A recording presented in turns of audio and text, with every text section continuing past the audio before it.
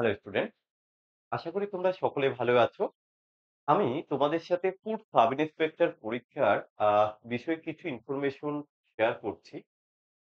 তোমরা প্রত্যেকে জানো যে এবারের ফুড সাব ইন্সপেক্টর পরীক্ষাটি দুটো দিন অর্থাৎ ১৬ এবং ১৭ তারিখ হতে চলেছে। এই প্রথম আমাদের ওয়েস্ট বেঙ্গলের কোনো পরীক্ষা দুদিন ধরে, কোনো একটা এক্সাম দুদিন ধরে এবং ৬টা শিফটে হতে চলেছে। এবার এখানে আমাদের অনেকের মনে একটা কোয়েশ্চেন যে কোয়েশ্চেন পেপারটা দেওয়া হবে না, এটা নিয়ে তৈরি হয়েছে এবং এটা নিয়ে আমরা অনেকে অনেক মন্তব্য করছি। তো এর পেছনে কি কারণ হতে পারে? তো আমার নরমালি একটা কারণের কথা মনে এলো, আমি সেই কারণটাই তোমাদের সাথে শেয়ার করছি। এর বাইরেও যদি আরো কিছু কারণ তোমাদের মনে হয় সেটা তোমরা কমেন্ট করে একটু জানিও। দেখো, সবার ১ম এ আমি ক্লার্কশিপ এক্সামটা নিয়ে একটু কথা বলতে চাই।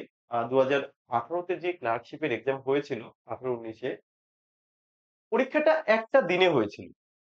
একটা দিনে হয়েছিল কিন্তু দুটো শিফটে পরীক্ষা হয়েছে। যদি তোমরা সেই পরীক্ষাটি কেউ দিয়ে থাকো তাহলে সেটা ভালো করে বুঝবে এবং যারা দাওনি তারা প্রিভিয়াস এর কোশ্চেনটা একটু ডাউনলোড করবে।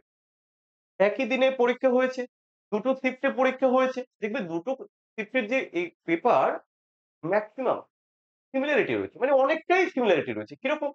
ম্যাথের ক্ষেত্রে ধরো সিম্পল ইন্টারেস্ট থেকে একটা কোয়েশ্চেন দিয়েছে এবং সেখানে অ্যামাউন্ট চাওয়া হয়েছে। পরের শিফটেও সিম্পল ইন্টারেস্ট থেকে একটা কোয়েশ্চেন এসছে এবং সেখানে অ্যামাউন্টই চেয়েছে। শুধু নিউমেরিক্যাল ডিজিট গুলো চেঞ্জ হয়েছে। একই রকম ভাবে জিকের ক্ষেত্রেও ধরো কোন একটা জিকের কোন একটা কোয়েশ্চেন এসেছে যে অমুক জায়গার মুখ্যমন্ত্রী কে ছিলেন। পরের শিফটেও একটা কোয়েশ্চেন এসে আরেকটা ধরো সে বলল যে তোমার রাজস্থানের মুখ্যমন্ত্রী কে। সেকেন্ড শিফটে এসেছে যে গোয়ার মুখ্যমন্ত্রী কে। তো এরকম অর্থাৎ মুখ্যমন্ত্রী রিলেটেড একটা কোয়েশ্চেন এসছে।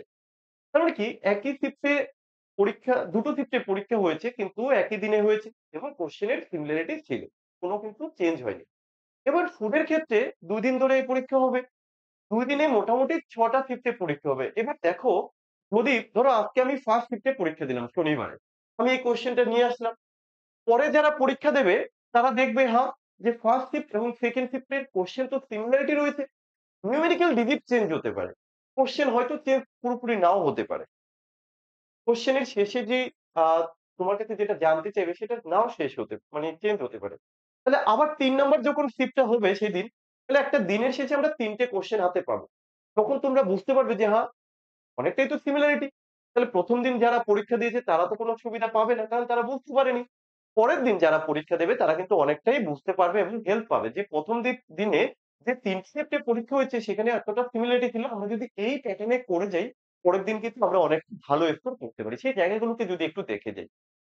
তো যেহেতু ওয়েস্ট বেঙ্গলের পরীক্ষাতে এখনো নরমালাইজেশন সিস্টেম এর কোনো নরমালাইজেশন সিস্টেমটা নেই। কোন পরীক্ষা এখনো অব্দি নরমালাইজেশন বিষয়টা আনেনি। সেন্ট্রাল এর ক্ষেত্রে হচ্ছে। যেহেতু নরমালাইজেশন নেই, এবার আমি যদি ওই কোয়েশ্চেন তোমাদের হয়তো আমাদেরকে যদি প্রোভাইড করে দেয়, এটা একটা পয়েন্ট হতে পারে। যেই কারণে আমার মনে হচ্ছে যে ভাই কোয়েশ্চেন সিমিলারিটি থাকবে যেহেতু তোমার নরমালাইজেশন হচ্ছে না। এই কারণে হয়তো কোয়েশ্চেন পেপার আমাদেরকে দিচ্ছে না। এটা আমার মনে হয় একান্ত ব্যক্তিগত মতামত। এর বাইরেও তোমরা অনেকে অনেক মন্তব্য করতেই পারো। আরো কিছু কারণ হতে পারে যদি এটা না হয়। এটা নয় তোমরাই কমেন্টে জানাও। আমিও একটু জেনে নেই যে আর কি কারণ হতে পারে। ঠিক আছে? তবে আমার যেটা মনে হয় মেইন কারণটা এটাই হতে পারে। তো নরমালাইজেশন সিস্টেম থাকলে হয়তো কোয়েশ্চেন পেপার আমরা পেয়ে যেতাম। এবার এখানে কোয়েশ্চেন যে স্যার নরমালাইজেশন নেই ঠিক আছে তাহলে কোয়েশ্চেন দিতে প্রবলেম কি? আরে ভাই ওই তো প্রবলেম একটাই। আমি ধরো আজকে ফার্স্ট শিফট দিয়ে এসেছি। আমি পরের শিফটে যখনই দেখলাম সেম এবার এটাই হচ্ছে প্রবলেম। অনেকে বলবে স্যার তাহলে কোয়েশ্চেন আলাদা, আলাদা করুন। ৬ টা শিফটের জন্য আলাদা, আলাদা কোয়েশ্চেন সেট আলাদা তো কোয়েশ্চেন হবে। মানে কোয়েশ্চেন এর প্যাটার্ন চেঞ্জ হোক। দেখা গেল ফার্স্ট শিফটে আমার নাম্বার সিস্টেম থেকে ২ টো কোয়েশ্চেন দিয়েছে। পরের শিফটে নাম্বার সিস্টেম থেকে কোন কোয়েশ্চেন দেয়নি। এরকম হোক। যখন দুটো দিন ৬ টা শিফটের পরীক্ষা হবে কোয়েশ্চেন দেখবে অনেক চেঞ্জ। তখন বলবে স্যার এই দিনের এই শিফটের কোয়েশ্চেন কঠিন হয়েছে, ওই শিফটের কোয়েশ্চেন কঠিন হয়েছে। তখনই আবার আমাদের কেস শুরু হয়ে যাবে। আমাদের তো ওয়েস্ট বেঙ্গলে এখন যেকোনো চাকরির পরীক্ষায় কেস কিন্তু আ কমন। এটা কিন্তু চলছে। তো যাই হোক আমার ছোট মাথা থেকে এই একটা কারণেই এসছে যে কোয়েশ্চেন পেপার না দেওয়ার।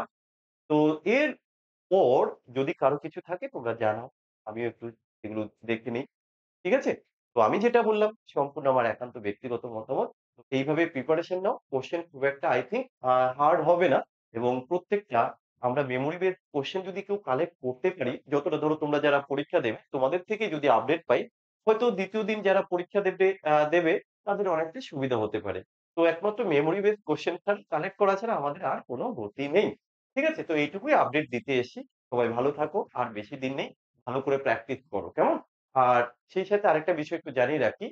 টিআর সলিউশন অ্যাপে আমি কিন্তু প্রায় ১০ থেকে ১২,০০০ কোয়েশ্চেন এর একটা মক টেস্ট সিরিজ এনেছি। তোমরা সেই সিরিজটাকে দেখতে পারো। আর তার সাথে আমরা সপ্তাহে ৩ দিন করে ফ্রিতে মক টেস্ট নিচ্ছি ৫০ নাম্বারের এবং সেই মক টেস্ট গুলো অ্যাটেম্প করো। যেখানে আমরা একটা মেরিট লিস্ট পাবলিশ করি যে তুমি কত নাম্বার পেয়েছো ৫০ এর মধ্যে, কতগুলো সঠিক করেছো, কতগুলো ভুল করেছো। এই সমস্ত বিষয় আমরা মেরিট লিস্ট আকারে প্রকাশ করছি এবং শেষে কোয়েশ্চেন এবং উত্তরের পিডিএফ ও গ্রুপে প্রোভাইড করছি। তোমরা ডেসক্রিপশন এ গ্রুপের লিংক দেওয়া আছে। হয়ে যেতে পারো। চলো টাটা বাই বাই।